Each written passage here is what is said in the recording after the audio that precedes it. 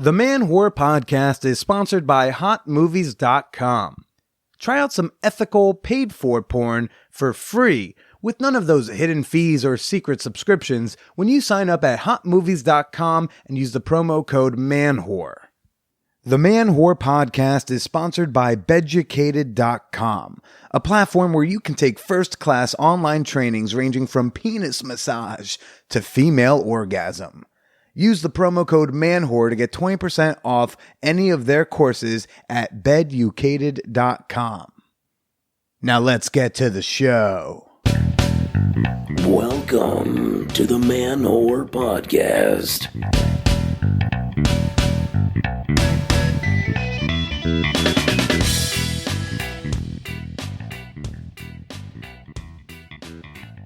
Shout out to all those sexy serial monogamists, the pretty Polly Pockets, and all those rockin' relationship anarchists. This is Billy Presida, and you are listening to the Man Whore Podcast. Hey everybody, how you doing? Welcome to the Sex Positive Podcast, hosted by a comedian that's not a comedy show. This week on the podcast, I've got porn star Penny Barber, and I am excited to share her with y'all in a bit. But first, you know, people, I got some show dates for you. I got show dates. New York City, right when I get back in town, February 20th, I'm doing a strip comedy show at Friends and Lovers.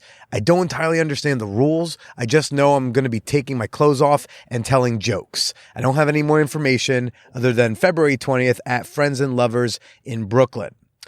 February 26th, I'm going to be at the People's Improv Theater on the 6 o'clock faculty show. That's in the downstairs room. And Grand Rapids, Michigan, heyo, March 10th, I'm going to be at the Creation Brewery, and March 12th at Dr. Grin's. Thank you to those who wrote in after hearing last week's intro about, my experience in Las Vegas at the AVN Awards. Let me, leave y'all assured that my time in LA, so much more fun. We had some really good stand-up comedy shows. I got to tell some jokes. I made some new friends. I got to meet up with some old pals. A generally good time. I don't have to get into the details. Just, Billy's doing okay today. I did go to a dispensary for the first time, and that was very interesting. But even more interesting is I got emails, people. I got emails for you. I love hearing from you. Love waking up to your words in my inbox. This email titled, You Make My Commute Better. Hello, Billy. I hope you are doing well. I am a newish listener from Ontario, Canada, and I've been listening to your show on my commute to and from work. I discovered your show maybe a year ago, and because I'm crazy, I started at episode 1. By the way, everyone, I don't advise that. Those early shows can be rough. I just finished episode 200. Seeing your self-reflection and how you've grown over 200 weeks is pretty cool. I'm probably not your target audience. I'm a straight, white, cis male, 28, and I'm married, and my wife and I are monogamous. Ooh. My wife and I are quite private people. She is very much an introvert, and I'm more of an ambivert. We have an amazing sex life, constant communication. No subject is off limits. For example, she is quite aware I'd like a threesome, but she's not interested. I would like to go to a sex party, but she would be uncomfortable, and that's okay. She is the most important person in my life. I've found my person, and we are so happy together. Now I can just live vicariously through you. Thanks for sharing your stories. It's great hearing from as you put it, the enemy, a straight white cis guy. It's nice to hear one of y'all talk so openly and unapologetically about the subjects you discuss. You make your experiences so relatable, even to someone who has been monogamous for a decade. Whoa. This makes your show very easy to share with friends, which I have done. Good boy. Sorry for rambling. Hope I haven't taken up too much of your day. Just wanted to let you know that you make my commute a bit better. Stay slutty. P.S. If you read this on the podcast, give me a funny name like BJ Gobblecock or Mike Hunt.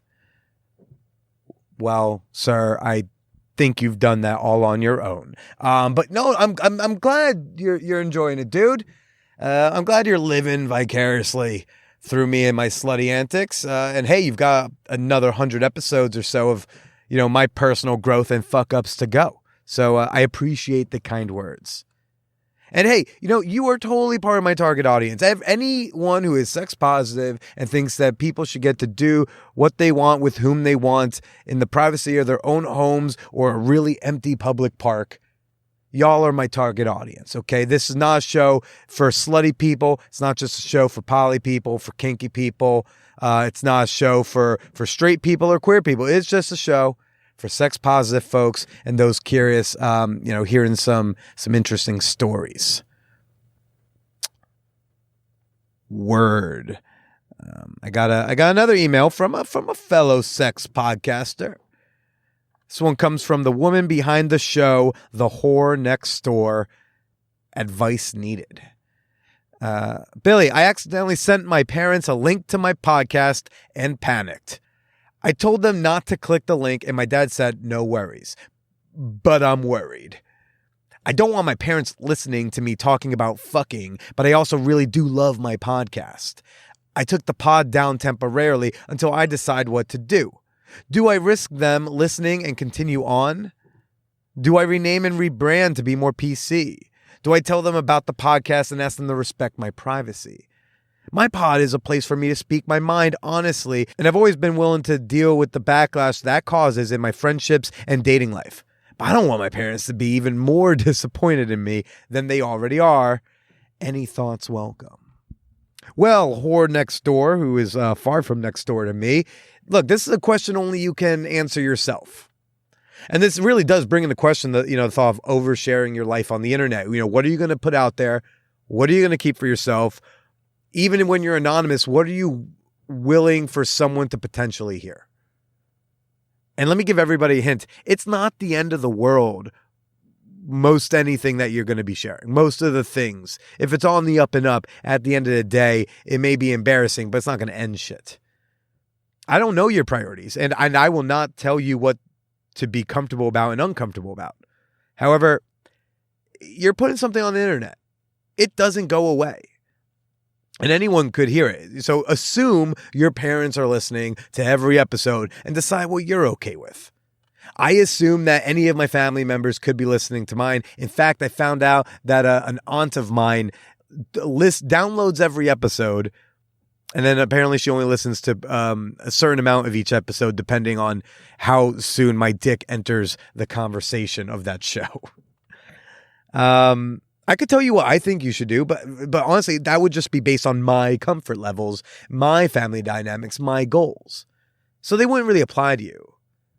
I'd encourage you to ask yourself, and really anyone who shares something very vulnerable on the internet, somewhat anonymously, ask yourself why you're uncomfortable with your parents hearing about your sex life. Or ask yourself, would they respect your privacy when your dad's like, no worries? Is he going to respect that? Or do you need privacy? Do you need privacy, or do you need the illusion of privacy where they might listen, but no one will ever mention it, so you can pretend that they've never heard about you with a cock in your mouth? That's a different question. But again, that's only something you can answer, because I live my life openly under my real name, which is also my dad's name, and that's his fault. And my sex life has become my own small business in a weird, fucked up way. I've never given a fuck what my family thought. Even when I was a virgin, I never cared what they thought about how I thought I wanted to live my life. So I'm okay with them knowing that I'm this whore boy online. I don't understand, why we truly care about hearing about the sex lives of family members, but, whatever. I know that's important to some people. So again, my advice wouldn't work because you seem to care what they think. So I don't think I can answer that for you. You really have to decide what you want and what you're comfortable with. I hope that helps. There's topics like this about what we share and don't share online, comes up all the time in a little something called the Champagne Room. Yeah, I want to tell you momentarily about the Champagne Room. It is a super secret Facebook group for all the members of my fan whore community on Patreon. And, for a lot of listeners, being in the Champagne Room is the first time they get to, speak openly and honestly with like-minded people about sexuality, gender, relationship models, It's really cool. And, just some of the topics that have come up recently where we've had some fun threads. We had sex toy recommendations. We had some awkward stories with platonic friends that come up. And we've also had cancer-free celebrations. It's a really cool community in there, and that's available to all the members of my Patreon community, which you can get access to for as little as $2. Gain access today by heading on over to patreon.com/manwhorepodcast. That's Patreon, patreon.com/manwhorepodcast. And now for the fan whore appreciation moment. All right. I just want to give a little shout out, show a little love for some of the members of our fan whore community in the Champagne Room and on Patreon. What up? Thank you to Dan Keller. Sorry about your 49ers, but hey, no one thought they were going to go to the Super Bowl, so you should still be happy about it. Thank you, Cody Cortez, who wants some more of me on the YouTube. I know, video content. I should do more of that. For now, just watch my stories on Instagram. And this one was a surprise. Let's give a shout out to Sophia the intern, who after working for me for free, joined up as a member.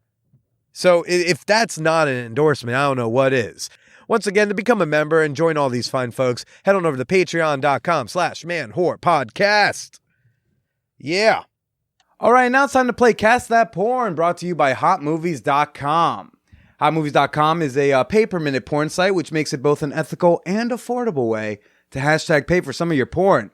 And here to play Cast That Porn this week, we've got fellow stand-up comedian Stephen Bowles. Hey, how's it going? What's up, dude? Thanks for coming over to my apartment to watch some porn with me. Absolutely. Anytime, Billy. Absolutely anytime. You did not have to ask me twice. Yes. Oh, I for some reason I was like, Steven would be a good person to have over for it. But so what are we going to be watching today? I think the first thing we're going to be watching is Transsexual Nurses 2. I'm very interested to watch it because me and my girl were going through titles last night, and we were kind of just picking like titles and then looking at the images. We couldn't really watch the trailers because we didn't have the pay for me. I should have used your login. I will give you a login, the preview. Which, of course, everybody, there's a free trial available. If you too want to go check out trailers, sign up for the free trial. I promise it's free. No secret charges, which is my big pet peeve. Right. With porn subscription. You subscribe to a couple things and then you forget that it was a free trial and then they start charging you. No, they never charge you till you ask to pay for something. Yeah, exactly. We also have her friend is staying with us, so I was like, okay, not watching it for a little bit. You didn't want to make it a group activity? Yeah, I mean, I don't particularly. I feel like she would have been uncomfortable. She would have not been happy about it. So let's watch this trailer. Sure. Well, actually, I got the first scene on. Oh wow. Okay. Just to give, what we got here, and just to give people an idea of what we're working with here. Nadia Love is the perfect nurse to suck and fuck her patient until he shoots a hot gooey load to make him feel better. That's universal healthcare. That sounds exactly like healthcare. I want to know if that's part of Bernie's plan. I hope so. My girl was just at the hospital. None of that happened. So I think I'm going to have to give New York Presbyterian a 1 star because nobody came. Nobody came during that surgery. So she's fine, by the way. She's good, but nobody made her come, which this hospital just seems much better already. Oh, you probably didn't hit your deductible. Yeah. 500 cc's of codeine and 100 cc's of oxy.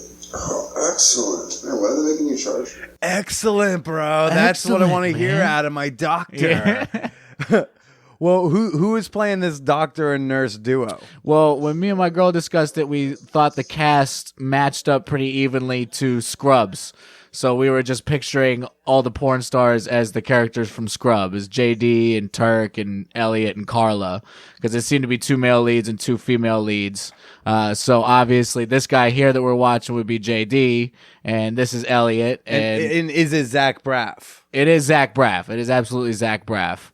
And it turns out that she's got a dick, and we thought it would be funnier if he had to come to terms with the fact that she had a bigger dick than him, and that's what he and Turk would be commiserating over, that it turns out their girls have bigger dicks than them. Basically, I casted your porn into an episode of Scrubs. I mean, it would be a sitcom-y thing, where it's because he's got no issue that she's transgender, he's just like feeling inadequate about his own member. He's like, if my girl's got a dick, it can't be bigger than my dick. Is that a problem? And then they work through it. That's what they do on Scrubs. They're really good about working through problems and getting over things. That's masculinity in a nutshell, everybody. If y'all ever want to know the male experience. Well, I don't know if this is called frottage or not, where like one person holds both the dicks and strokes them. There's a name for it? I thought it was just, stroking. It looked like a dick sandwich is what it looks like. Yeah, it's just... Yeah, I do not know that type of terminology, as I've not experienced it much myself, but that's what we got going on here. So who's playing the nurse? So the nurse is, I had to look up the actress's name. It would be Sarah Chalk, who plays Elliot in Scrubs. Elliot's a doctor. Oh, excuse me, How a doctor. Disrespectful. The year she put in med school to be know. called a nurse. I'm sorry. What kind of feminist are you? I know. I haven't watched Scrubs in a very long time. I used to love it years ago. But it turns out her name is Elliot for a different reason. She just never really changed her name. Just thought it'd be cute to have a girl named Elliot. Okay. I don't having a girl named like Bobby or something like that, like some androgynous. Although Elliot, I feel like is definitely more on the masculine side. I feel like that's the first time I've seen a woman named Elliot was watching Scrubs. I want to see how. Well, this is a long time of doing this. There's move. a lot of foreplay. This is a lot of dick on dick rubbing. This is like she's jerking both of them off, just sandwiching their dicks together. I don't watch a lot of porn where there's like just a couple of dicks there. So like, I'm like, is this part of this is long even this for a type trans of porn? scene? I feel like for a trans scene, is this a long time to do that move? It's like when it's like if they're just making out for a really long time, but like, right. How long are they gonna do that for? Yeah, exactly. I got to say, I might just be impatient. Usually I'm just a creature of habit. I'd be on Pornhub, I'd fast forward, I'd be like, that's great, I've seen that before, let's see what happens next, and I'd click for it. Maybe I just don't appreciate how long they really got to do this to like warm themselves up as actors and actresses. Maybe this is part of the chemistry, You really got to get to know each other's dicks if you're going to work together. Maybe. I have no idea. This might be like the most ignorant discussion about, a trans porn scene probably not ever done, but at least it probably on this feels show. good. It probably feels fine. Like, even though it feels good putting a dick in a pussy, it also kind of feels fun just rubbing up against it, teasing it, It's the same shit with dicks, I imagine. I imagine. He seems pretty comfortable with the whole dick size comparison now. Well, there's another scene in here where, our nurse or Dr. Elliot. Dr. Elliot, I'm going to call her by her goddamn credentials. I'm sorry. I think it's because she's a nurse, and I was thinking in this porn, she's clearly a transsexual nurse. It's in the title. No, it's okay. So maybe that's why I was thinking Nurse Elliot. A little Freudian slip there. Well, now she's going to go check up on a patient. So who do we got in the patient bed? I don't know. I didn't think to cast a patient. I'm trying to think. This is why we do homework, Steven. Yeah, I'm trying to think of who this guy reminds me of. Who's this guy giving you? I'm trying to pick an actor. I'm horrible with movies. Doesn't have to be actors. Just anyone in the public eye works. Man, really taking in the scene. I noticed. I think he's slipping his hands in his pants. Oh, he's already now hard. He's got the dick out. He's already ready to go. Bold move. Yeah, bold move. Don't do this with your actual nurse. Do never do this to an actual nurse. She doesn't even have her dick out yet. If she had her dick out, then it might be a little bit more appropriate for you to whip your dick out. But don't ever make the first move, man. This is workplace harassment. Yeah, and now she's offended, as she should be. Look at me. My balls are swollen. Sir, you've been in a coma and you just got out 2 days ago. Now we know the motivation. Oh, this for is whipping good his dick for out. The plot. We know now. We're sympathetic to the character Oh, he was in a previously coma. thought was a monster. Yeah, okay. No, he's in a been coma. He needs it. He needs. And now she wants to help him. And now she's like, well, now that you mention how big your dick is, I guess I can help you out a little bit. Well, who is Sarah Chalky going to help out? Who do we normally hate, but once we learn a little bit more, they become a mildly more likable figure? Justin Amash comes to mind. I was going to say Ricky Gervais. Ricky Gervais is almost the opposite. It's like he's so fucking smarmy, and then like you watch him for a little while, and you remember how funny he is, and it's like I feel like deep down he's truly nice, but then all the times you see him on TV, he's just like, I'm better than this, I'm better than you, I don't fucking care, and then we watch his stand up special. I'm like, oh yeah, I forgot how unbelievably funny he is. For me, it's reverse. It's the really when he does Golden Globes, I'm like brilliant. When he does like the special, I'll be like, come on. Really? Humanity was great, except he seems. This seems very oddly on topic. There are so many male comedians in Ricky's age range. The Chappelle, Ricky Gervais, Burr, that age range of male comedian seem really hung up and genuinely confused about what transgender is. Yeah, like, they do. They genuinely feel like Chappelle's commentary in the most recent special, like although really a whiny special, good point where he's making, where he does the bit where they're all in the car and everyone's just mildly uncomfortable. Or, like, as much as you accept trans women, you're still mildly uncomfortable around them. And kind of holding that mirror up to society. All this seems like just like they really don't get it. Right. Because when he starts being like, I'm going to start identifying as a chimp, I'm like, that's not a joke in good faith. No, also it's a hack joke too. It's like that was like I was surprised to hear him say that. It was like, you've been doing this long enough. I know you've heard that joke from other people. Basically, everything he did about Caitlyn Jenner, I was fine with. As soon as he starts going, I'm going to identify as a chimp. I'm like, come on. Either it's bigger than that, or maybe and I genuinely believe some of these dudes just don't understand it or don't get it. Right. Which, like, we've all been in a position at some point in our lives between 15 and 50 where we didn't get it. And then some of us have gotten it. I didn't get it when I was 20, and now I do. Yeah. Like, I used to think this is a chick with a dick when I was 20. And now I'm 30, and, like, I know better. Right. Is it not? What do you mean? You used to think it was a chick with a dick? Now they're doing. They're doing the thing again. She's doing it. Okay, maybe this is just her thing, yo. Maybe this is what she likes to do. I don't know if it's her thing or if this is just a thing in gay porn that I'm not familiar with because I don't watch it. Well, if you're into gay porn, you're into dicks. So what's better than two dicks in one hand? I feel like this is just like a lesbian scene for men. What's better than two titties, four titties? Yeah. What's better than one dick, two dicks? Four balls rubbing against each other. And now, woman, this wonderful nurse is gonna get home. So this is the other lead. I guess she's getting home to her man. Now she's getting home after all that fucking and sucking all day. She's just like, I need to relax because I am finally home. I know, and her balls are hanging out of her little bikini thing. I don't know if she came home from work like that. He says that if we're gonna compete with the other hospitals, we've got to give the patients a better experience. Something they'll remember. Can I put that on a comment card at my next hospital visit? Look, it's like if you guys don't start blowing me or jerking me off or something, I'm going to go find somewhere else. I'm going to find a hospital that will blow me. Or I'll find a sex worker with a med degree. Like either one, really. Got to be a few. I mean, this is pure exploitation. You're a nurse, not a porn star. Oh, he's a nice guy. He cares. Well, we are getting the concessions the union wanted. More pay, more benefits, more vacation time. And they're closing the wage gap in the process. I like this plot. I want to know who wrote it. By the way, I should say this is coming from director Jim Powers. Yes, Jim Powers, transsexual nurses too. I like the writing so far a lot. Good job, Jimmy. Well, who is Sarah Chalky coming home to? Well, I was thinking Scrubs, but now what nice guy boyfriend. Looking at this dude, I feel like this dude's giving me some Jake Gyllenhaal vibes a little bit. Like, not so much in the face, but I feel like in the attitude, that little half smile is what's getting me right now, where he's never fully smiling, but he's just half smiling at her. And Jake Gyllenhaal knows he's got that good half smile that drives people crazy. I imagine you could probably get a free blowjob in a hospital with that half smile. Okay, That's who I'm feeling right now for this guy.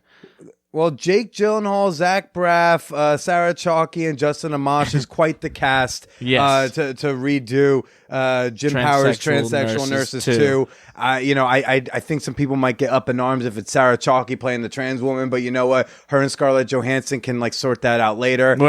For the purposes of this segment, I feel like I'm just picturing a scene where Turk and JD run into like a janitor's closet and dude, you're not gonna believe what happened. You're not gonna believe what just happened to me. And they both find out that their girlfriends have dicks and they're like, are we crazy? No, we're not crazy. It's but hers is bigger than mine. Like they have this whole dilemma in a janitor's closet. And then they said, and then JD goes, you know what, Turk? We are still men. Yeah. And it does not matter the size of our penises or the size of our girlfriends' penises. We are still men. And then they hug. And then they go back and they fuck their hot girlfriends. And yeah, good for them. Right. Well, Steven, thank you so much for playing Cast That Porn. Thank you for having me. Folks, if you want to try out the site, if you want a wide variety of adult films to choose from, all right, you got to check out hotmovies.com. They've got every category, every studio, every director you're into, whatever porn star you love. I guarantee she's got at least a few movies, if not more, available at hotmovies.com. And Hot Movies is going to give you 20 extra minutes on top of any package you sign up for. Just go to hotmovies.com and use promo code MANWHORE. Again, that's hotmovies.com, promo code MANWHORE. Stephen Bowles. Billy Procida. That is my name. Where can people find you? If you're in the city, I perform every Saturday in Bushwick at a show called Pop Collar Comedy at the Platform Cafe. That is every single Saturday.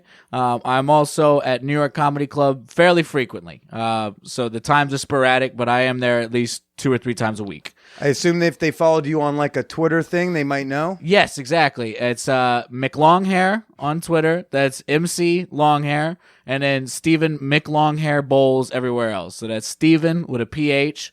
McLonghair, just like I said, that should narrow the search considerably if there's any other Stephen Bowleses. And then Bowles is B as in boy, O-L-L-E-S. But really, you just look McLonghair, you should be able to find me pretty quick. If you're having a hard time, there'll be a link in the show notes. Stephen, thanks again for coming by. And why don't you go say so long to these folks? Goodbye, Man Whore listeners. It's been an honor spending some time with you guys.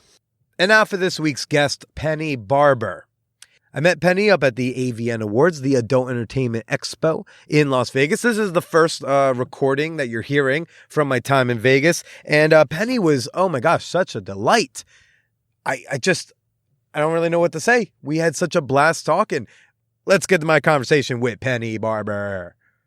And before we get to Penny Barber, I want to let y'all know that this week's episode of the Man Whore Podcast is brought to you by Beducated.com. Beducated.com is a sex education website that features a bunch of video courses on how to improve your sex life, how to empower you to have better times in that bedroom or that public park. And right now, they are about to launch on February 7th, Beducated All Access.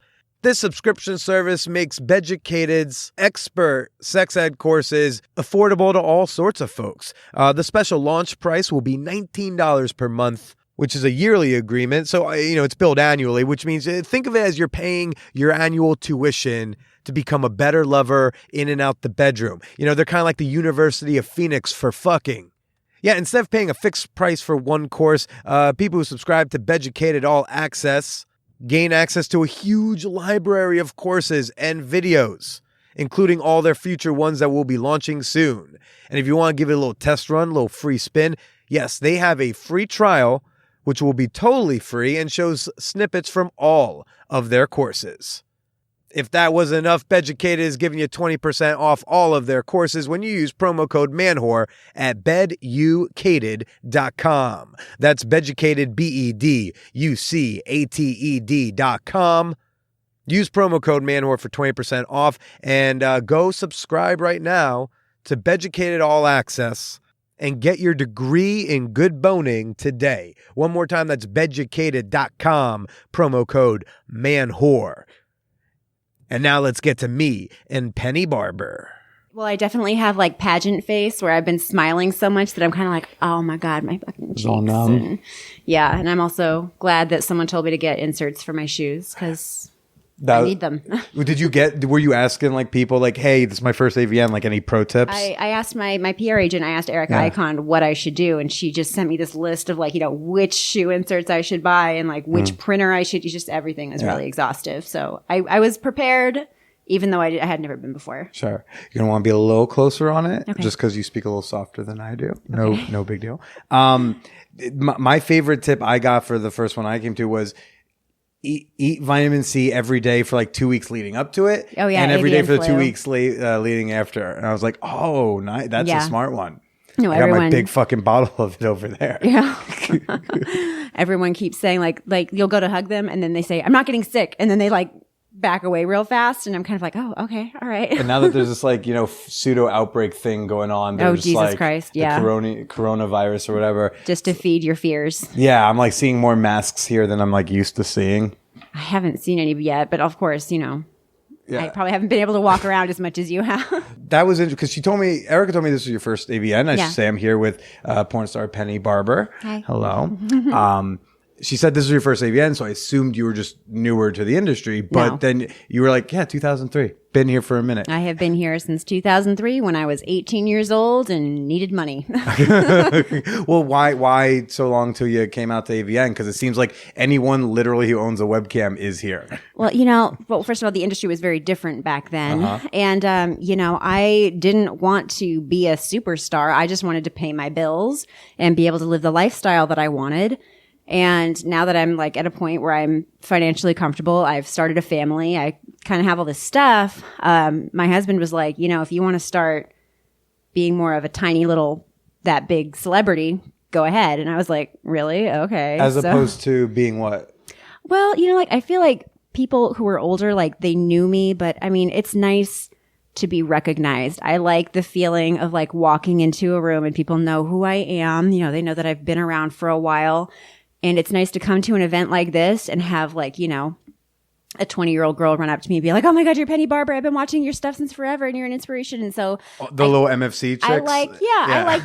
I'm a little bit vain and I like to bask in that. And, now that I can afford to like come to things like this and it's not going to be a financial hardship on my family, great. Oh, fantastic. Yeah. I remember last year I was walking around with Nina Harley and like literally saw some girls like burst into tears. Like, you're just the best. You inspired me. No, I remember when I first saw her for the first time at Kink and like she was in the makeup chair and I kind of like sidled up next to her and was like, could I have her autograph? And she gave it to me. Kink, was that a conference or was that like at kink.com? At kink.com in the makeup room. Oh my gosh. She was in the makeup chair. You asked chair. for an autograph like on like offset, but like at set? Like she was, I just saw her and she like put her phone number in it too, but I was too scared to actually use it. Oh, she's a sweetie. I know she is. As soon as I got it, I was like, no, let's use this till they tell you to stop. It's like, you told me to text you. Okay, I'm going to text you.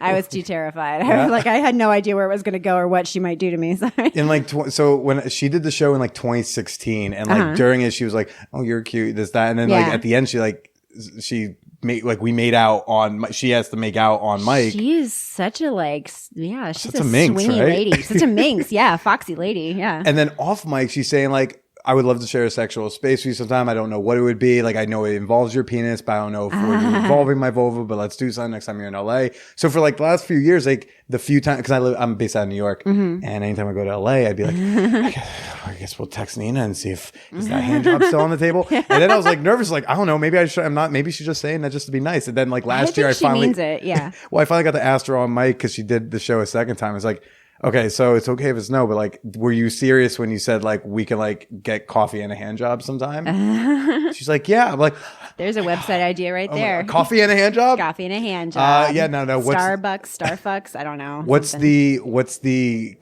porno name for Jerry Seinfeld? Because then you do like the comedians in cars, comedians fucking in cars getting coffee. Or there something. You go. Okay. We have to develop this idea further. We're gonna make $1 million. Fantastic. I literally, so sometimes I'll hang around that circle bar and I'm just hearing these like dudes with the badges talk to each other about like, and like every other sentence ends. Dudes with the badges. Yeah, having conversations about how we're going to sell women's pictures, but no women are going to be involved in this conversation. God. Ugh. But like every other like paragraph ended with, and that's how you make $1 million. Oh God. You know what I call those guys? I call them come here guys. Cause like you'll be walking and they'll just yell, come here. And I'm like, I'm not a dog. That doesn't work. You just yell, come here. Even like dudes like in the industry, like I don't know, what would you call the business guys in the industry? The people. I think that any guy who's worth checks. doing business would not yell, come here. Sure. Yeah. I would imagine that. I would hope so. Jesus. No, like all the guys that maybe they're in the industry. I don't know because I don't go talk to them. Sure. But like the ones who are in the industry are usually like, hi, I love your look, blah, blah, blah. And they'll talk to you a little bit first. And then they'll be like, can I get your Instagram? I do this and, tell you what they have to offer to you. They're not like trying to take something from you. They're trying to offer you something in my experience. Anyway. Sure. What would you say are some of the big differences in the industry when you started in 2003? Yeah. Which is absurd. Yeah, I know. Everyone's always like, really? Because like what? Because I'm even thinking like, yeah, what was porn in 03? I was like, I think it was different. Napster downloads. It was so different. So when I first started, most of the people that I was working for were little tiny studios that were just all over the San Francisco Bay Area, like in fucking places like Hayward, and and Yeah. in We the actually middle have a of listener nowhere. in Hayward. I slept there once. Oh yeah.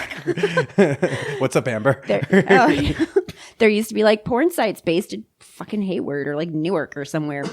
And, they were all very small. They all shot their own really crappy little content, but, we were all doing our best. Sure. And then one by one, I saw these little kind of little places getting poached. Like the guys and girls who were running them and people who were running them would get sucked up by like kink.com. And they'd be like Nawa Shibari got sucked up and like, oh God, Bound for Sex got sucked up, and they all kind of like got hired at kink and thinking, oh, well, I'll do my own content on the weekends. But you were exhausted from working for this big studio. So instead the site would die. And then once they had all been kind of swallowed up, and everyone was working for kink, then they were the only game in town. And now it's even changed even more, where everyone that I know, we're not working for big companies, and we're also not working for little studios. We're working for ourselves, which I like. Right. I like that everyone's an auteur. I like controlling my own content and getting to be creative and shooting exactly what I want and developing my kind of like, cult of personality around, guys who either like who I am as a person or just, think I'm that I clean up nice. Well, was back then, was that still the era of like you shoot for a studio and like shooting content was still very rare, or was that where it was kind of everyone still shooting their own stuff? In my experience, people like there was do you remember, have you seen those like homegrown videos or anything? Like that they look like they were shot at their house. Yeah, because that's where they were shot. Yeah. No, I've seen those. I've been in a couple of those when I was like 18 with like my friend Opal. Like some random guy filmed us. So when I was working, I was never really an LA model. I was always in San Francisco. So I couldn't really speak to the experience in Los Angeles. But I was mostly working for tiny little studios, or like guys who like were just submitting their stuff somewhere else. But it wasn't the same quality as it is now. Like even now when I work for like, say, Alex Jett, and he submits his stuff to like MILF.com or something like that, his stuff is a lot better. What do you mean submit? So you can shoot, you can, because obviously, so my understanding is like there's people who shoot their own content, they sell on all these platforms that are now available. There's the studio shoots where I assume that you just get hired to shoot the thing. Are you saying you can shoot something with, say, Alex Jett, who I'm actually talking with tomorrow? He's such a sweetie. I can't wait to meet him. And so then you two could just shoot something that you can pitch to, like you can sell it to them after the fact? Well, the way that I understand it, because I've shot like this for Team Skeet and with Alex for, I think MILF.com. I think ultimately that was Team Skeet too. Okay. I'm thinking about it. It's my understanding that either they will request a model or they'll be like, hey, I met this girl and I think she works. So they'll pitch you. And then they'll kind of like, it's actually this whole process where it's almost like telecommuting where, you'll be there with the dude. And instead of like going to this big studio, you're just either at a shoot house or at the guy's house. And, they have to like take pictures of what you're wearing and like submit them for approval and stuff like that, which everyone always forgets to do, but you're supposed to do it. And, then you'll make content and they'll fund the content. You have to submit your budget beforehand. Like people are always like thinking porn is really, there's a lot of paperwork. Okay. Yeah.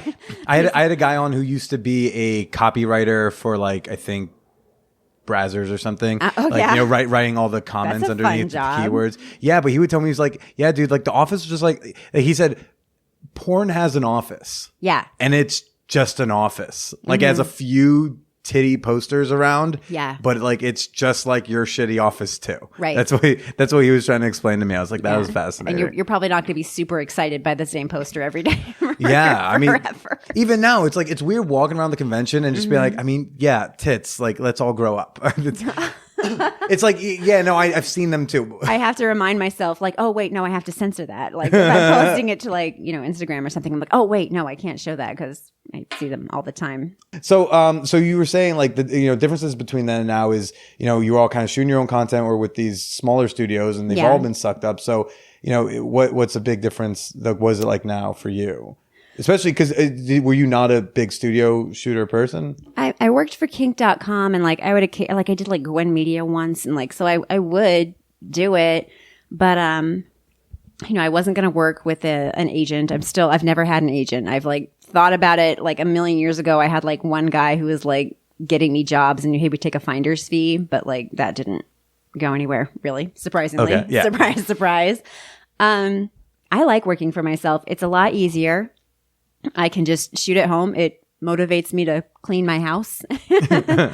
I've learned Nobody wants nudes with like, a pile of clothes in the background. I hate that so much. But it's also, I think it's good for you because it's motivated me. Like I have to learn all these other marketable skills that I wouldn't have to learn, back when I was just a model. Now I know how to fucking take photos. If you want to see any of my stuff, you can go to pennybarberfilms.com. I learned how to take photos. I've learned how to edit. I've, started shooting my own stuff and SEO and, all that paperwork and all that back end stuff I've had to learn how to do. So it makes you smarter. Over the time, like would platforms and things come out and you were like, and you're like, oh, fuck, I got to learn this. That's how I feel like, because the TikTok comes out and I'm like, do I have to learn TikTok? I really don't want to. I know. I started to. I still don't even have a Snapchat. Like, yeah. Or maybe it's out there. I don't know what happened to it. I mean, I had Snapchat for a minute back when it was literally just about sending nudes to each other. I deleted it for like 6 months and I got it back. And all of a sudden there's like stories and filters. I'm like, fuck it's this. A lot. Never mind. Yeah. I mean, I do have like an Instagram. I have a Twitter. And what else do I have? Is that it? Like I have a TikTok. Were you operating without those social? Like, what was it like to shoot your own stuff, sell your own stuff, and not have social media, like as to be nearly that important, and also not existing in the beginning? Well, I mean, there's always been, and there still is very much actually email marketing is still a huge thing. So we always did email marketing. And what else did we do? Because I've been kicked off of MailChimp so many times. I was going to say, it was like, because that tends to be a thing and go into spams and whatnot. Yeah, I remember what I did. Oh my God, I forgot about this until you brought it up now. Ooh. There used to be, and I every now and then go and look at it again because it's dead, but there was a site called thumbblogger.com. And it was like this adult blog thing, and it's totally dead now. But I would like update it like every single day with like, pictures and just like bullshit me talking. Oh my God. And I had a blogger.com blog before you couldn't have adult stuff on there anymore. It was all blogs. That's what I did anyway. Because you were just like, I'm going to find different avenues for people to find my stuff because you weren't some sort of studio contract chick. Yeah. And do you remember those like FTP sites like the Hun? What's what is that what it's called? FTP stands for what? I don't want to play this game. I don't know. Oh, I don't know. I'm not familiar with the term. No, but like, do you remember the one I always remember is thehun.com because that was the one that my boyfriend back when I was like 18 would go to. Do you remember those? And it would be like, there would be like text. There'd be like lists of text and it would like describe what the shoot was. Like, 2 MILFs sucking. And someone's jerking it to that. See, but then you would click on it and it would take you to like a sample gallery. Oh, I remember. I remember sites like that. Yeah. That's just the one that I remember. Do you remember those? Yeah, Literotica had like a site, like a section that I loved.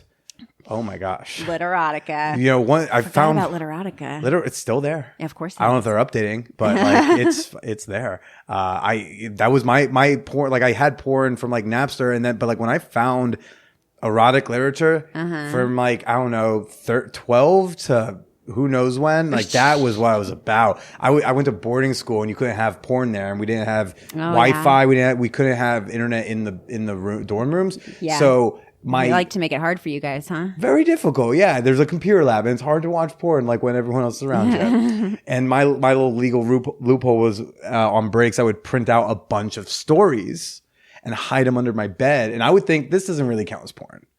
And so I would like print out stuff from Literotica. It's written, it's highbrow. Yeah. Or there was a really good one, mc-stories.com. What was that mind control story? All mind control. That's my husband's fetish. I was hard into mind control for probably 4 or 5 years. No. Oh yeah. Oh, I love it. Have you seen the motor bunny ears they have around here? Motor bunny, friends of the show. I have those at home, those light up bunny ears, and my husband and I use those. Those are my mind control ears. Oh, that's cute. Yeah. I can, yeah. But you know what I used to print out and jerk off to? What? Did you ever go to jackandexpert.com?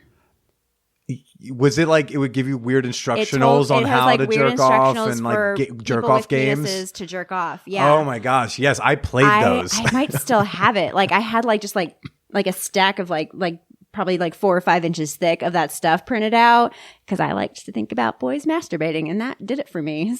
Like if like had webcamming been like a thing when you were coming of age, that would have been what you would have wanted to jerk to. You I mean, would it have kind of was like, on like what was it, Yahoo and Yahoo Instant Messenger. Like, well, all my experience with the Instant Messenger stuff was just like being underage, going to lesbian chat rooms and talking to other men pretending to be lesbians. There you and go. we would just exchange porn I photos. always wondered how guys felt about that. I was like, do they know that they're okay, whatever, as long as they're happy? I know now. I think back then, when I'm 12, I sincerely believed that I was Really? talking Like to you were a the only one who 40-year-old thought lesbian. of this. Okay. I was like, yeah, she's talking to me, and I'm lying and Lord. saying I'm 17. Oh It's my like, God. what? Was I the only one who had the sense at that age to say I was 18 or older? Was I the only one? Very possibly. I mean, look, you look so smart with this. That was smart. I have glasses and I'm a brunette. Oh gosh, the jerking world. I've used the one tip I did take from it. Oh, was the like strokeless orgasm, where you can rub the underside of the penis head, that frenulum. Go on. Yeah. Well, yeah, no, like you wet your finger a little bit, or because when you're 12, you don't got lube or a little lotion. Take your word for that. Okay. Well, you just literally rub in off circles I on the didn't need it. underside. Okay. All right. And then if you do that long enough and you don't ever stroke, you eventually come. That's fun. And it's so powerful. And then Hot Octopus made a toy for it. So it was like a vibrating sheath. I've seen those. Yeah, do those work? It works if you have the patience for it, but like. Yeah.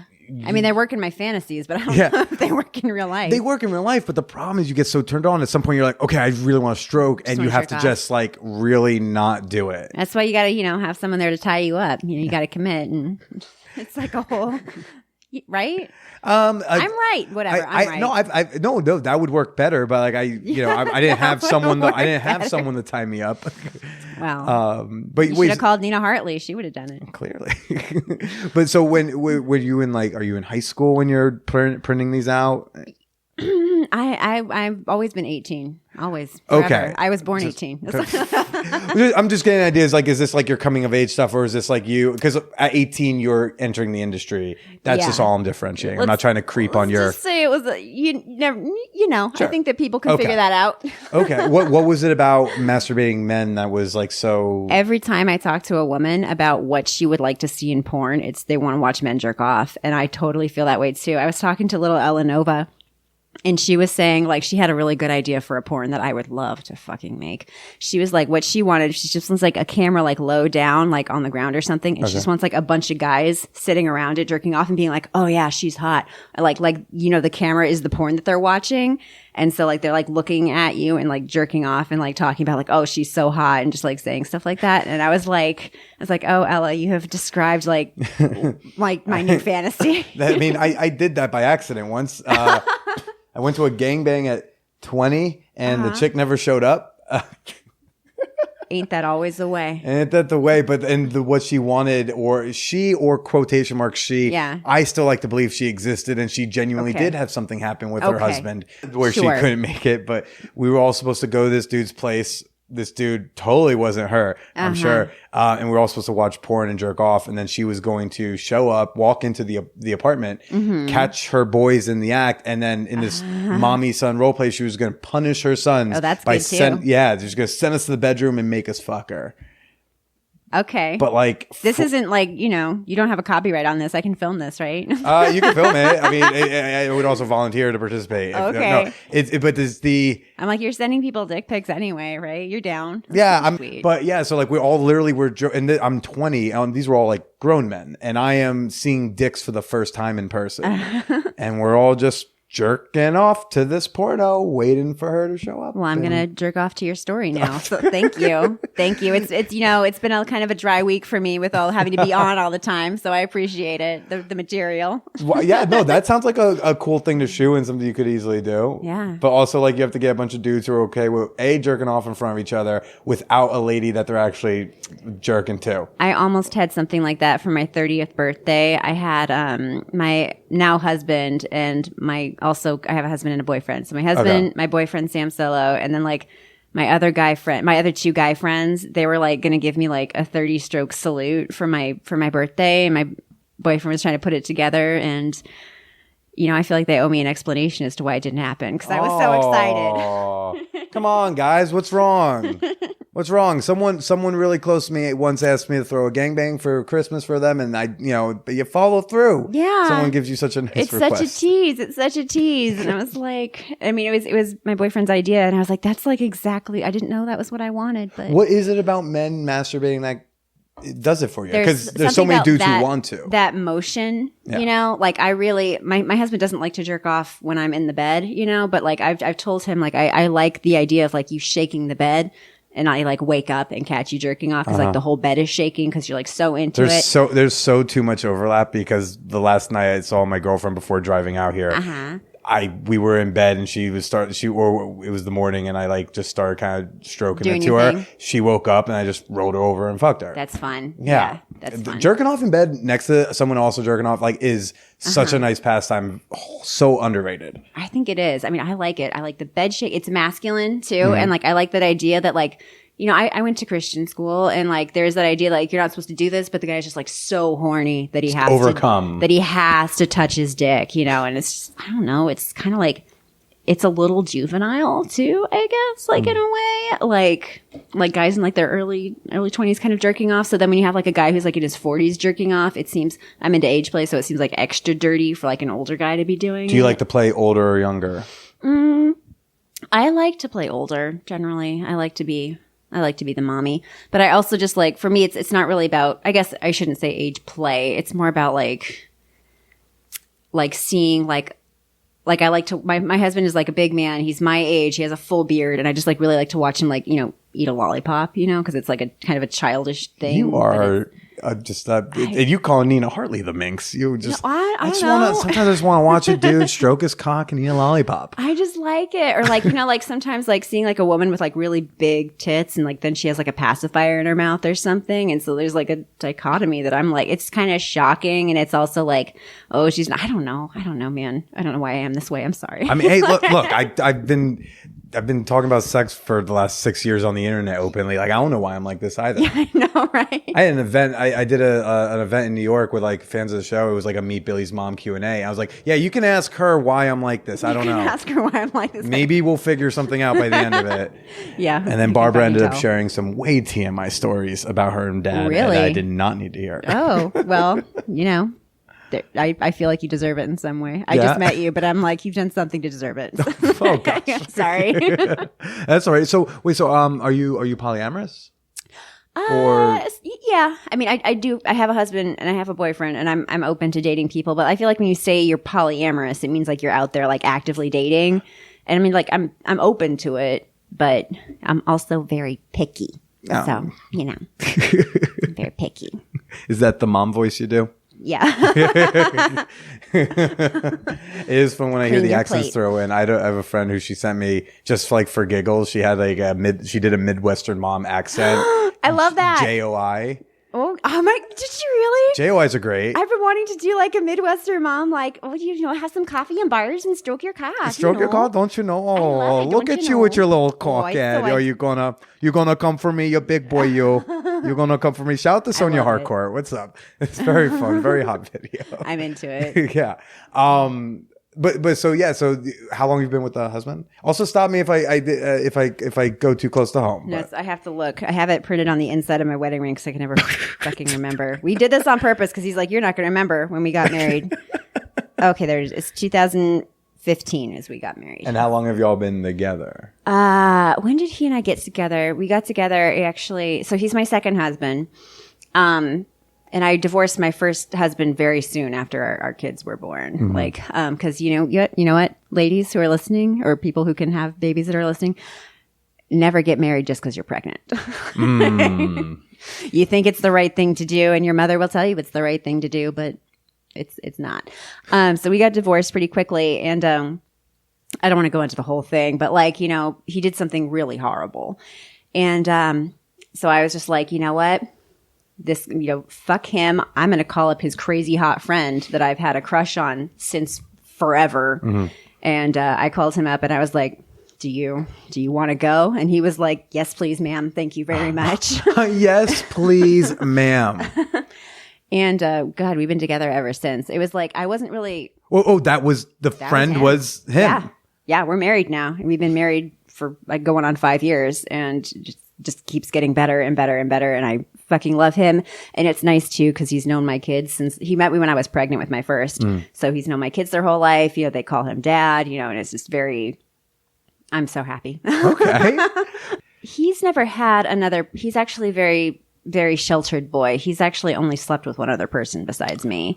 I know, it's really cute. So he's like, I mean, and I'm fine with it. You know, I've bought him escorts and things, and he's just like, no, thank you. You know, like he'll have sex with me next to the girl, you know, but he doesn't actually want to. And that's cool. You know, I think that kind of being poly or being monogamous is kind of an orientation. And I'm sure people could argue, but that's my mileage. That's what I'm I've of the similar belief. Yeah. And so I like to have multiple partners, and he just doesn't. My boyfriend has had other girlfriends and stuff. But when my husband and I started dating, I actually had a girlfriend at the time, and like she was kind of more my primary. And then, you know, he and I were just going to mess around because, you know, I knew that he wasn't very experienced and I wasn't expecting very much. But then Jesus Christ, he rocked my world. Like he got me and he held me up against the wall by my throat with one hand and tore my panties off with the other and just like went nuts. Like he hadn't had sex in a year and he just went crazy, and it was really great. And he lasted forever and he knew what to do. And he, you know, I feel like a lot of times men say they like to eat pussy. Like my first husband said he liked to eat pussy, but then he'd only do it like once or twice a year. Oh, yeah.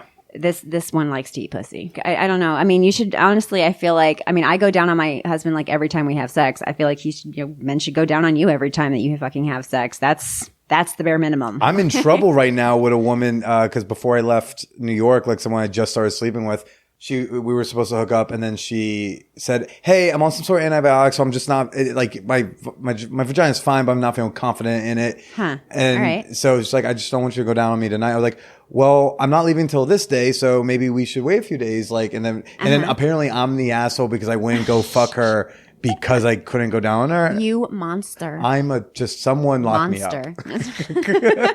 How dare I? So did you approach him to be non-monogamous, or was it kind of from the get-go fine because of the girlfriend? It was kind of understood, like that, you know, I had a girlfriend and then she and I broke up. And then actually he and I went out for my birthday, and like, there was this other girl, God, I don't even remember her name. Her name was Charlie. And she was like dancing on stage, and I like, you know, bought her a drink, and she and I were flirting. And like, you know, the next day I told him, I was like, all right, this girl gave me your number. I'm going to text her. And he was like, okay. And then he immediately called me back and was like, please don't. He was like, I'm not being honest with either of us. Please don't.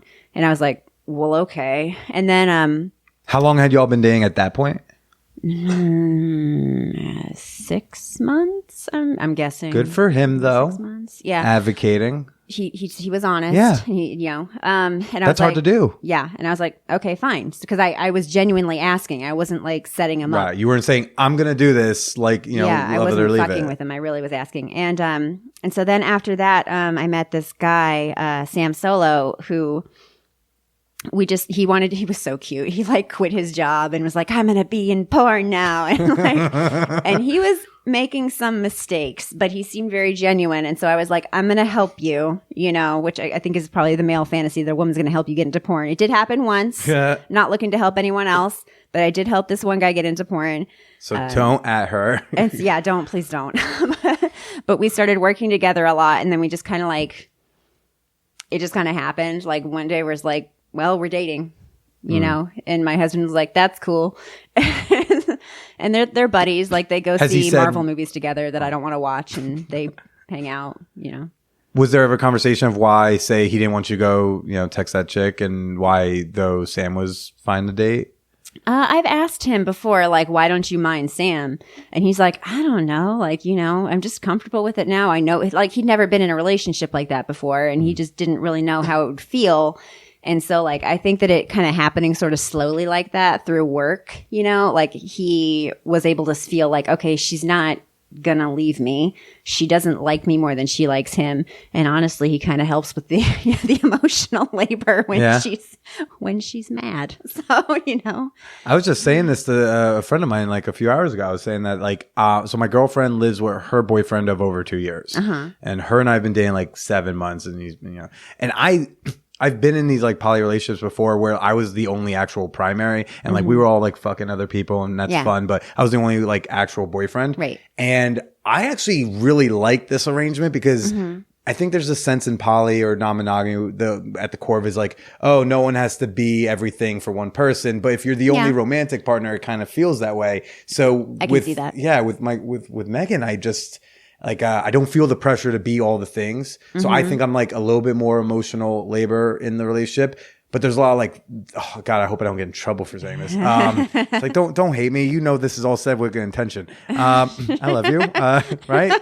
So, no, but like, there's like the stuff he can do, like actions, chores, favors. Like, there's stuff I just either can't do or I wouldn't love to do. And so I feel like it's cool. Oh, cool. Like he can help with X, Y, and Z, but like I can also take care of like these like crying moments or these like tough times, or I can connect with her on topics that he maybe doesn't read, as like all like the sex positive stuff or movement things. Like there's just different things. It's really nice to share the responsibility of like of the lady. Yeah, well, because like my husband is not remotely in the industry, and then Sam is in the industry, so it's just like for me that's nice too. Kind of like have your cake and eat it too. Date someone who's in the industry and like gets all my like all my gossip and like all my talking about technology and stuff, and that my husband's just kind of like, okay, sure, yeah, what, sure, Bitcoin, huh? Yeah. What's a Switter? It's exactly. Well, that's very lovely. And how long you been with the boyfriend then? I guess like a little bit less than, maybe when did we start working together? Maybe like 2012. About like I took up with my husband. We first started messing around in 2011, so I think 2012 for the boyfriend. Okay, so they're both very long relationships. Yeah, like I'm in there. I have a hard time maintaining one long relationship. So good on you for having like a couple of them. Yay! Nice. Maybe I'll get a badge or something. One of these days. One of these days. What but right before we turn on the mics, you were talking about like big fish, small pond stuff. Oh yeah. So you like how? So it sounded like, and tell me if I'm wrong. Like there was some sort of shift in the career at some point. There very much was. Coming to something like this, like AVN, and like having to stand up on a stage with all these big, huge names, like like I shot my first scene with Romy Rain, and like these women who are larger than life is very different than prancing around the kink studio and being like, I'm Penny Barber, I've been here since 2004, blah blah blah blah blah. It's different, and it's a little bit more vulnerable and scary. But damn it, I'm a big girl now, and I feel like, I don't know, maybe I'll crash and burn and you'll get to watch. I mean, I hope not. But if there is a burn, like I hope to get the first interview. No, it's okay. Yeah, there you go. But what? How's it feel to be up there with them, especially for as long as you've been in the industry? Like it sounds like you're like that. If I compared it to comedy, it's like you're that comic who's just been doing nothing but like dope jokes for so long and never got that like industry attention, and all of a sudden like you get your Conan set and like everyone's happy about it. Yeah, things are a little bit off. The best way I can think to kind of like, and it's okay. It's that it's a little bit off. It's just the way that it is, and it's fine. And people are being actually very, very nice to me. But the closest way I can kind of sort of explain it is like, I'm obsessed with incels. I love them. I think they're so interesting. And, I was reading this one thing about this guy who was talking about like starting to date as an incel, like after he kind of like cleaned himself up and like came to his senses and everything. And he's like, the hardest thing is like not having that dating history there. And I feel sometimes kind of like I don't have the same work history that a lot of other people who have been in the industry for as long as I have been, because, first of all, I got pregnant for like, a few years. Did you take off? I did take off. Like I still like shot for myself for my clips for sale a little bit and stuff. But, there's like that really awkward period where you're like, in the second trimester and you don't really look pregnant. It just looks like something's wrong. Yeah, but as soon as if the video says she's pregnant, then all of a sudden it's hot again. I'll be like, oh, it's just I feel like all the pregnant Is this like one of those like bloated fetish videos, or is this a pregnant video? All the pregnant videos I was watching, like, oh, and she's like 12 months pregnant and stuff like that, and I was like, what? Okay, I'm like, I guess guys like extra pregnant when women. Guys are jerking off, they don't know. I don't fucking know, but like I don't know, like I thought it looked kind of weird, but I think like super pregnant looks nice or super not pregnant looks nice, and I don't know. I'm really sorry I got on this weird topic. No, it's not a weird topic. I think it's very interesting, especially if like you felt Like, are you saying that you felt sexy during like these 2 trimesters, but not that middle one? I was definitely really horny, but I was with my husband at the time who didn't eat pussy. So, Oh, man, I'm not gonna ask what it was, but it would be funny if that was the super terrible thing that he did. No, it's worse. No. Trust me, look, there's a lot of questions over 6 years of doing this. I've learned not to stop asking. Yeah, when someone says no, you recognize. Oh, I meant more like I don't even ask people. Like I typically don't ask women like how they lost their virginity because God. how many trauma stories do I need to accidentally run into to learn that lesson? Jesus fucking Christ! Yeah, it's like, oh yeah, this country's like that. But so it feels a little disoriented to be up there when you like are you saying you don't feel like you deserve to be up there? Not that I don't deserve it, but like, people have questions. They're like, well, why haven't you hit these like life why is this your first AVN? Right there. Yeah. Why is this your first AVN? Why didn't you come before? Like, why are you just now working with a PR agent? Like, how come like everybody knows you, but you don't have the same number of scenes? Like I had a guy ask me like how many DVDs I'd been in. And I was like, I don't know, like 3, This is 100% crossover with comedy. Yeah, sorry. We don't understand why, he hasn't gotten that break. Yeah, I guess I can see that. That's amazing. I watched The Marvelous Miss Maisel, so I'm an expert now. Oh, have you done that cosplay yet? No, but I could. Oh, yes, you totally could. I hadn't thought about Can you do a that. New York Jewish accent? I don't know. You tell me. Oh, it was subtle. Subtle. It wasn't too much. No, that's good. I don't know. I have to go. I used to do like a Lois Griffin. Well, oh, actually, that's cute. Tie over because Alex Borstein is in both Family Guy and in Miss Maisel. And voices and is very different character. Yeah. But I feel like you can still tell it's her. Yeah, a little bit. I love her. Well, I mean, why? All those years not coming to AVN, all these years like not getting whatever milestones you believe that you should have been getting. What was that like? Like, what's that feel like? There's on the one hand, there's like kind of regret, but then also like I see the girls who burn themselves out hard. Well, I don't see them because they're not fucking here anymore. Yeah. And like I have had this, what is that? Like I'm going on a 17-year career in porn and I'm only 34. So like that's a long time, So on the one hand, I'm like, I kind of have like a longer history. I have like more stories. I didn't get burned out. I've made more lasting relationships with people, and it's kind of fun to be able to look back over the years and have all these like weird pictures of myself that are kind of cool. I was digging through pictures to bring to AVN to sign and stuff, and I was like digging through an old trunk, and I found like all these like pictures of me. Like I'm like 21 at most, like probably because I didn't have my breasts done yet. I might have been like, I'm happy I have that. I mean, I hope you feel a sense of pride. Yeah, I do. The main thing Erica stressed to me when she's prepping me and giving me some info was that you're like a real hustler. Which like I as a hustler, like I'm a professional poor person. Like I am much of a hustler, and like that's the thing I respect above most stuff. I don't care how many awards you've been nominated for. I want to know that's true. How fucking hard do you work? Like how many different things are you throwing around? Did you start TikTok? Like when you were like, I was on this blog and this thing because I was going to figure out how to get pictures of my pussy somewhere. Like I was like, people are going to see get it out there. Me somewhere, and I'm going to find where people aren't, and I'm going to be the one on that. Like I'm going to find that subreddit that no one's tapping into. Yeah, and you got to keep your fingers in all kinds of pies, But not everyone does that, and they don't. That's a big deal to me because that's whatever you want to do in life. If you hustle fucking hard, you can like do great things. Yeah, don't put all your eggs in one basket is what I always tell like the new girls. Like have different hustles going on because like when one dips, you'll have the other one going back up. Teeter totter, which is great. Similar with the comedy crossover. Well, I mean, though, I don't know. There's this woman, Jessica Kirsten, who just got like a special on Comedy Central. Now she's been at it for forever. She's done some Tonight Show sets, but like she's mostly like she is just a working comic, and so like everyone in the comedy community is thrilled that she got tapped to finally get like a good Comedy Central special for the first time. But she's also been in the game so long, like you go to her for advice. I remember like I did like a one-on-one coaching session with her when I was in college doing stand-up, and because like everyone was like, yeah, Jessica Kirsten, that's the one to go to. Do girls come to you because they know how long you've been in the industry? They do, and then I tell them that I have a consultation fee. Although if you do want like consultation and help and stuff, I always recommend Amberly PSO. She's on Twitter and she has like a lot of free resources and stuff, and like she does paid consultations too. But ladies, if you're looking for that, Right.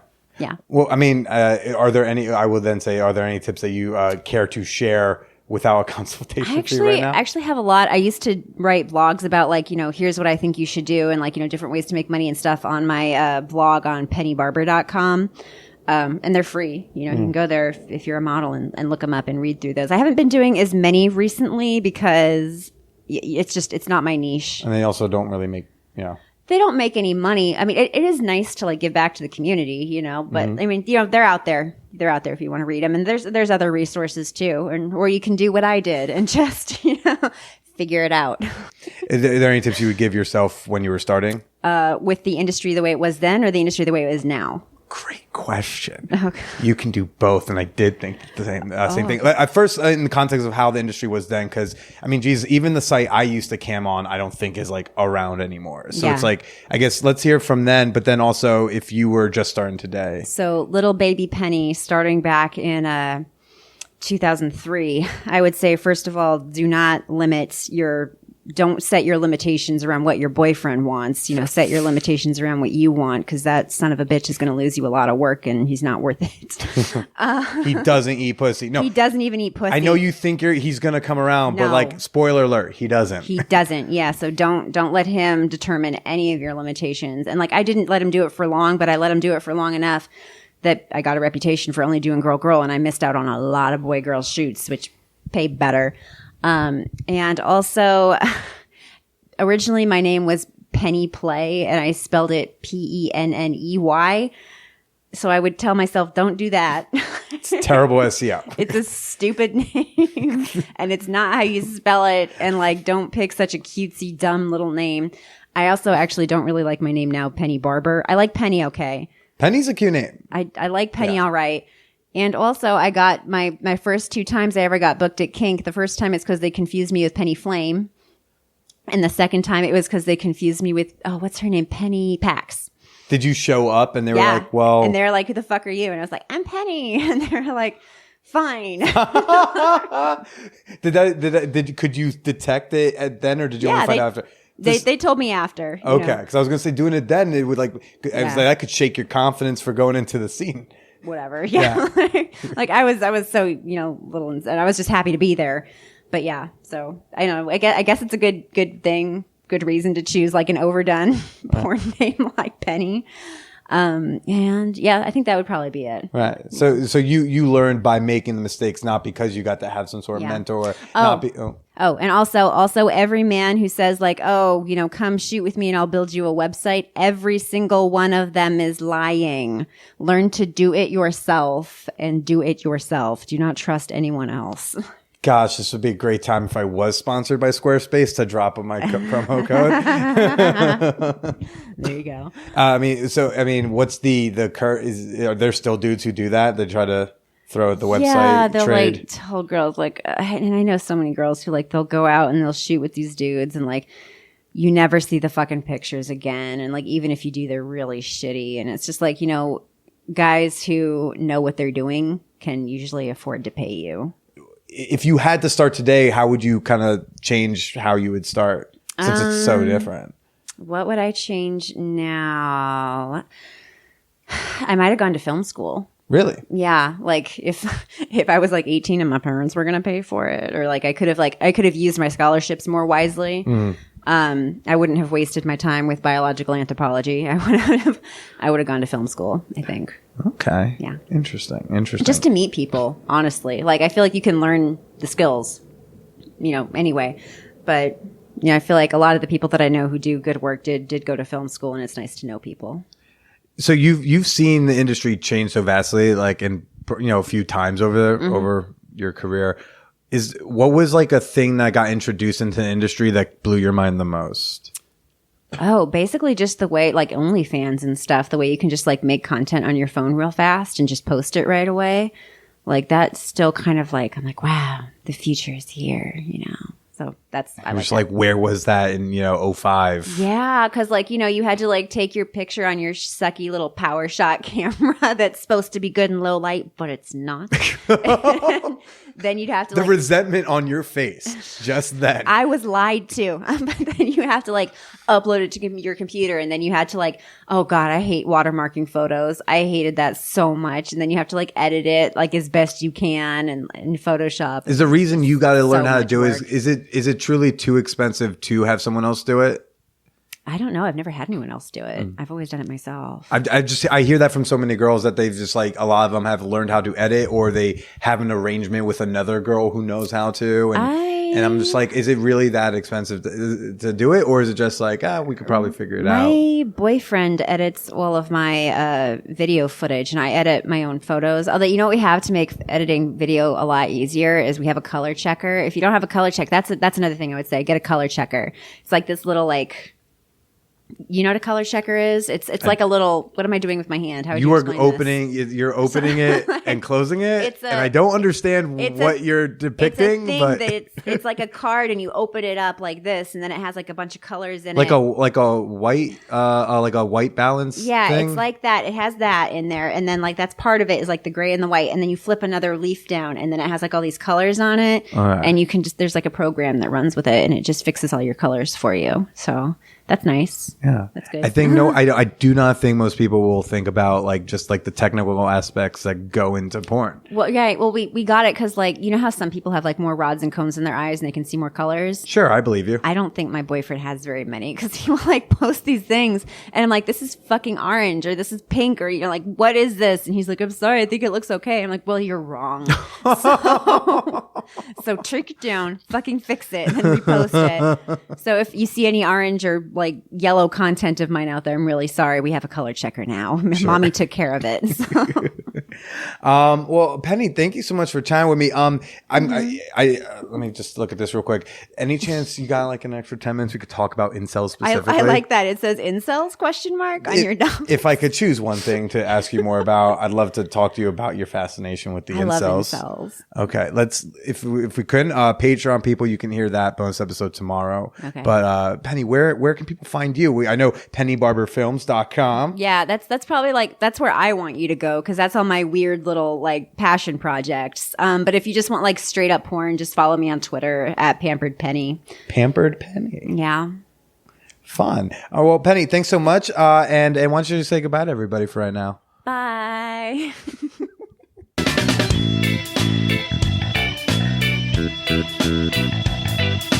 And if you want to hear that bonus episode with Penny Barber, that's coming out tomorrow. We talked all about incels and how to raise a couple fine young gentlemen in this new age. Okay, if you want to gain access to that bonus episode and nearly 200 others, join our $5 tier at patreon.com/manwhorepodcast.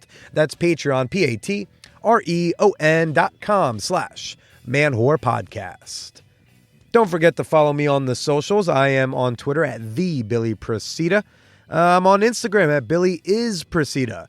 Right now on my Instagram, guys, I'm on a cross-country road trip. So if you want to see all the fun that I've been having on the road, I've got like some archived, highlighted, whatever they call it, the highlight story. I've got a couple of highlight stories on my Instagram so you can see what I've been doing driving around this fine nation of ours. Again, that's at BillyIsPresida. And if you want to send me an email with your comments, your questions, your booby pictures, you can send that on over to manwhorepod@gmail.com. This is one you weren't expecting to hear in the outro, but tax season is upon us. And if you're a freelancer like me, in a way, I count as a freelancer, taxes can become a whole lot more difficult with all sorts of forms and things to keep track of. That's why I use Brass Taxes. Personally, seriously, I've been using them for years now.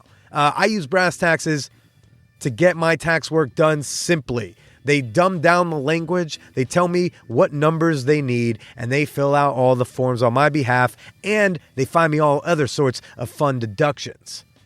Head on over to brasstaxes.com, that's BRASSTAXES.com. Let them know the Man Whore Podcast sent you. Next week, we're going to hear from another porn star. We can count her as a past partner of mine. Alexis Allure, who does surprise me with the answer of why we don't fuck anymore. that was a fun one to find out from my friend. So I look forward to sharing that with y'all next week. I'm going to be announcing ManWhoreCon dates, I think, either next week or in 2 weeks. So stay tuned. Make sure you're on the mailing list, everybody, because you want to start, making your plans to come out to New York with the whoreheads. All right, everybody, I got to go interview Mistress Matisse, the legendary Mistress Matisse. So y'all stay slutty.